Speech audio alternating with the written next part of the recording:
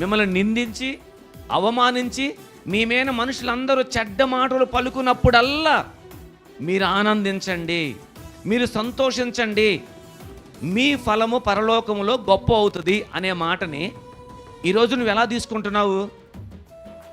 ఎలా తీసుకుంటున్నావు? యేసు ప్రభు నిమిత్తమైన ఒక నింద, ఒక అవమానము, లేకపోతే నీ మీద నువ్వు చేయకపోయినా, నువ్వేం దాంట్లో నీ పాత్ర ఎంత మాత్రం లేకపోయినా కానీ నీ మీద చెడ్డ మాటలు పలుకుతున్నప్పుడల్లా ఏమవ్వాలంటే మనము సంతోషించి ఇంకొంచెం మైక్ ఎక్కువ పెట్టుకొని పెద్ద సౌండ్ పెట్టుకొని అప్పుడు పాటలు పాడండి. ఎందుకు? సంతోషం.